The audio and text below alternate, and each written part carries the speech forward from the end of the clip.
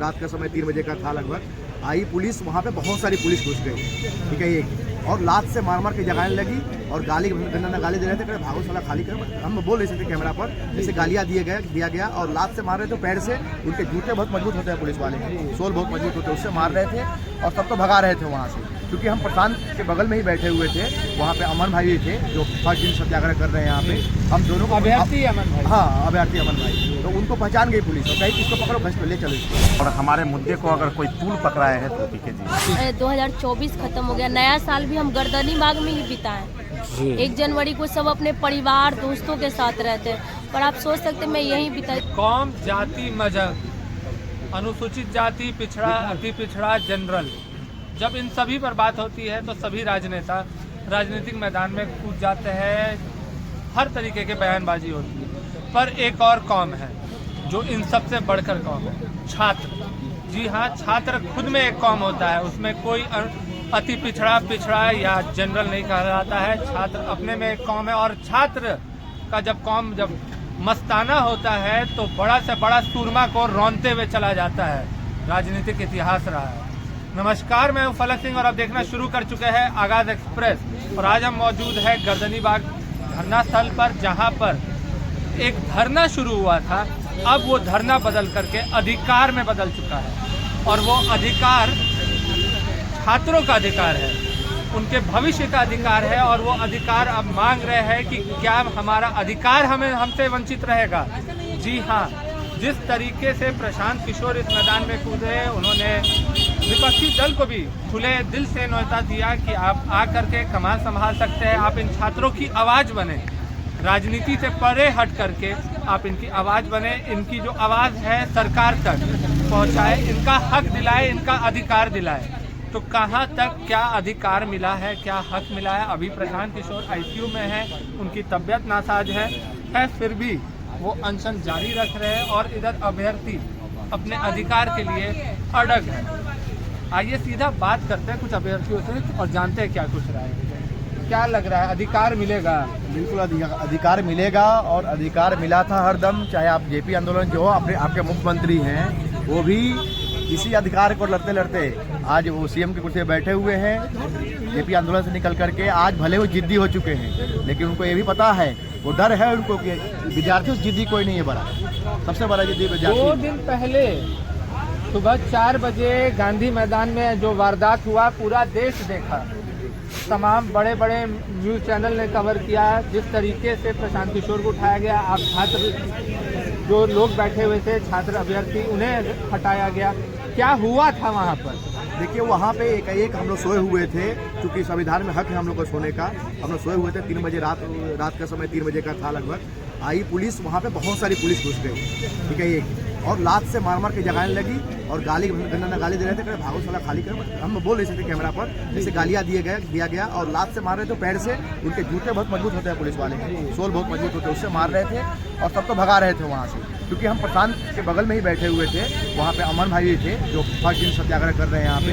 हम दोनों को अभ्यर्थी अमन भाई, हाँ अभ्यर्थी अमन भाई, तो उनको पहचान गई पुलिस और कहीं किसको पकड़ो घस ले चलो इसको, ठीक है। तो उनको भी घसीटते हुए और मेरे को बुरी तरह से घसीटते हुए पुलिस मारते हुए घसीटते हुए ले गए। देखिए, आप यहाँ देख सकते हैं, यहाँ पे स्टेज मेरे को आया हुआ है, मतलब लगभग तो ये उस समय के गांधी मैदान, हाँ गांधी मैदान की है। घसीटते हुए हम लोगों को अपने गाड़ी में बैठाए और फिर वहाँ से हम लोगों को पूरे पटना में घुमाते हुए, हाईवे में घुमाते हुए दहशत पैदा कर रहे थे हम लोग के अंदर। वो गाड़ी घुमाते हुए पटना में, और लास्ट में दनियाल थाना जो पटना में लास्ट में पड़ता है, उधर बहुत दूर, वहाँ जाकर बंद कर दिया गया, जबकि केस था गांधी मैदान का और वहाँ जाकर बंद किया जा रहा है। हम लोग पूरे दहशत में थे, परेशान किया गया हम लोगों को। और वहाँ पे जा कर के हद तो ये हो गई कि हमको कहा गया कि भैया आप अपने पापा का नंबर लिखो, इस पर नियम है। तो हमने लिख दिया उनके कहने पर। अब उसके बाद वो थोड़ी देर बाद फ़ोन करते हैं मेरे पापा को और फ़ोन करके बोलते हैं कि अपने बच्चे को बोलो कि सत्याग्रह से दूर हो जाए, नहीं तो इतने FIR दर्ज करेंगे इनके ऊपर कि इनका करियर खराब हो जाएंगे। मत कहो इनको फंसने के लिए, इन सब में दूर करने के लिए। तो धमकाया जा रहा है पुलिस के द्वारा हमारे गार्जियन को, हमारे पापा को, मम्मी पापा को धमकाया जा रहा है कि यहाँ से हम लोग छोड़ दें। तो इस तरह से धमकाया जाएगा, आंदोलन को कमजोर करने की कोशिश किया जा रहा है, सत्याग्रह को हमारे कमजोर करने की कोशिश किया जा रहा है। लेकिन उनको ये पता होना चाहिए कि हम लोग नहीं उठने वाले हैं, हम लोग जिद्दी। प्रशांत की देखिए, ये लड़ाई तो लंबी जाने वाली है और ना अभ्यर्थी अपने अधिकार से पीछे हटने वाले नहीं है, ये तय हो चुका है। प्रशांत किशोर को आप क्या संदेश देना चाहेंगे? आईसीयू में है, अनशन तोड़े या जारी रखें? देखिए, प्रशांत किशोर जी अभी हम लोग की लड़ाई लड़े, हम लोगों की बातों को बुलंद किया, आवाज़ को उठाएं। पहले हमारी आवाज़ कहीं न कहीं दब रही थी, यहाँ बैठे थे हम लोग, प्रशांत किशोर आए हैं, उसको पूरा ले गए। अभी दबाव बन रही है सरकार के ऊपर, अनशन से है दबाव, लेकिन हम चाहेंगे कि वो अपना, देखिए पहले क्या है ना कि अनशन जो होता है वो बाद में करते हैं। अभी हो सकता है कि उनको अनशन को तोड़ देना चाहिए और फिर उसके बाद हम लोग को लंबी लड़ाई लड़ना चाहिए। यहाँ सत्याग्रह चल रहा है, हम लोग लंबा और चलेंगे सत्याग्रह को लेकर के। आज सरकार बात नहीं मानती आज है। हाईकोर्ट में याचिका दाखिल होने वाली है, हो सकता है 2-3 दिन बाद सुनवाई हो। सुप्रीम कोर्ट की भी अब नज़र है इस पर, हाईकोर्ट पर, तो दबाव बन चुका है चारों तरफ से। क्या लग रहा है हाईकोर्ट का फैसला क्या निकलता है? देखिए, हाईकोर्ट हमारे पक्ष में निर्णय देगी, हम लोग को पूरा विश्वास है कि हाईकोर्ट हम लोग के साथ इंसाफ करेगी। और उसमें देखिए कुल मिलाकर के आप देखो कि ये तो मामला वहाँ है ही, यहाँ सत्याग्रह चल ही रहा है, प्रशांत किशोर भी वहाँ अपना अनशन जारी रखे हुए हैं। ठीक है, ये लड़ाई बहुत बड़ी बनने वाली है और बिना सरकार को झुकाए हुए हम मानेंगे नहीं। जिद्दी है, फिर भी हम उनसे आपका? मेरा नाम शुभम शेखर है, मैं एक अभ्यर्थी हूँ। क्या लग रहा है हाईकोर्ट में आज याचिका दाखिल होने जा रहा है? बहुत बड़ा मामला है, भविष्य दांव पर लगे हुए हैं हजारों के। क्या लग रहा है हाईकोर्ट किस तरीके से लेने जा रही है? देखिए, न्यायपालिका एक स्वतंत्र व्यवस्था है और इस पर हमको 100% 200% भरोसा है जो न्याय मिलेगी, अवश्य मिलेगी। प्रशांत किशोर जी के अनशन को लेकर के क्या कहिएगा? देखिए, अनशन के बारे में, अनशन एक ब्रह्मास्त्र है, जी। जैसे महाभारत में चलता था, जी। जो अचूक शस्त्र जो होता था ब्रह्मास्त्र, तो अनशन एक ब्रह्मास्त्र है, उसको अंत में अपनाना चाहिए था।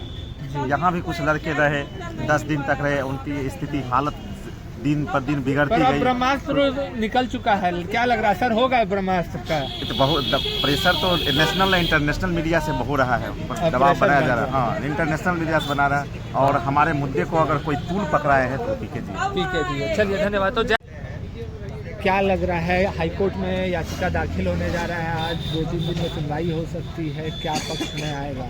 हाईकोर्ट पे दबाव तो है।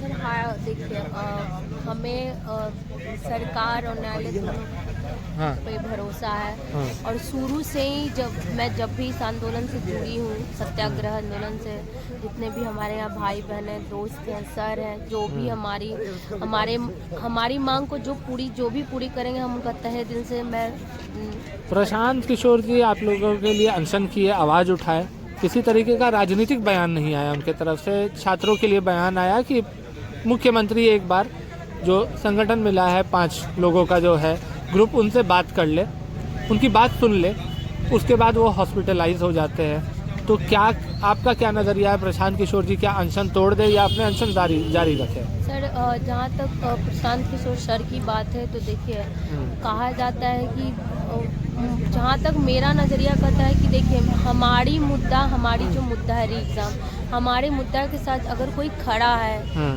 आप देख सकते हैं, आप गए होंगे उनके पास, आप एक अगर मान लेता कि अगर उनको नहीं ये देना होता तो वो हमारी मुद्दा को ही लेके अनशन पे बैठे इस ठंड कड़ाके के दिन में।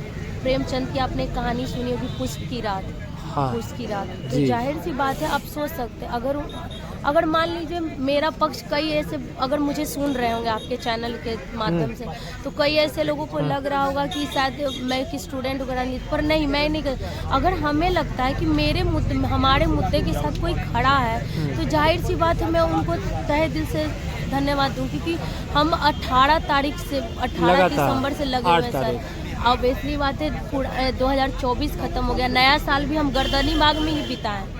1 जनवरी को सब अपने परिवार दोस्तों के साथ रहते हैं, पर आप सोच सकते हैं मैं यहीं बिताई, तो जाहिर सी बात है वो हमारे। अच्छा, क्या छात्र युवा पीछे हटने जा रहे हैं अब? नहीं सर, ऐसा मैं नहीं, क्योंकि कई देखिए जो 29 को हुआ, ये चौथा लाठी चार्ज था हमारा, तो जाहिर सी बात है कई लोग चोटिल हुए हैं, और आप समझ सकते हैं ये ठंड के मौसम में चोटिल होना, आप ये चीज़ जानते हैं। कई लोग अभी उनका इलाज चल ही रहा है, कोई लोग अपना मेडिसिन ले रहे, कई लोग घर चले गए, ताकि जब ताकत रहेगी तब ना हम लड़ पाएंगे सर।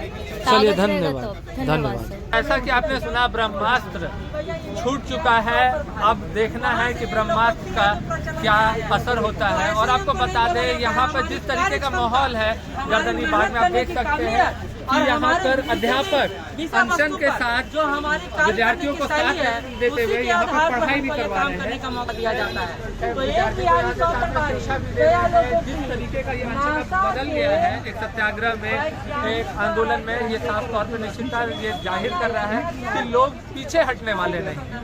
सरकार को इनकी बात सुननी तो पड़ेगी ही है, इनका अधिकार मिलेगा और कब मिलेगा ये एक बड़ा सवाल होता है, क्योंकि एक कहावत है justice delayed is justice denied.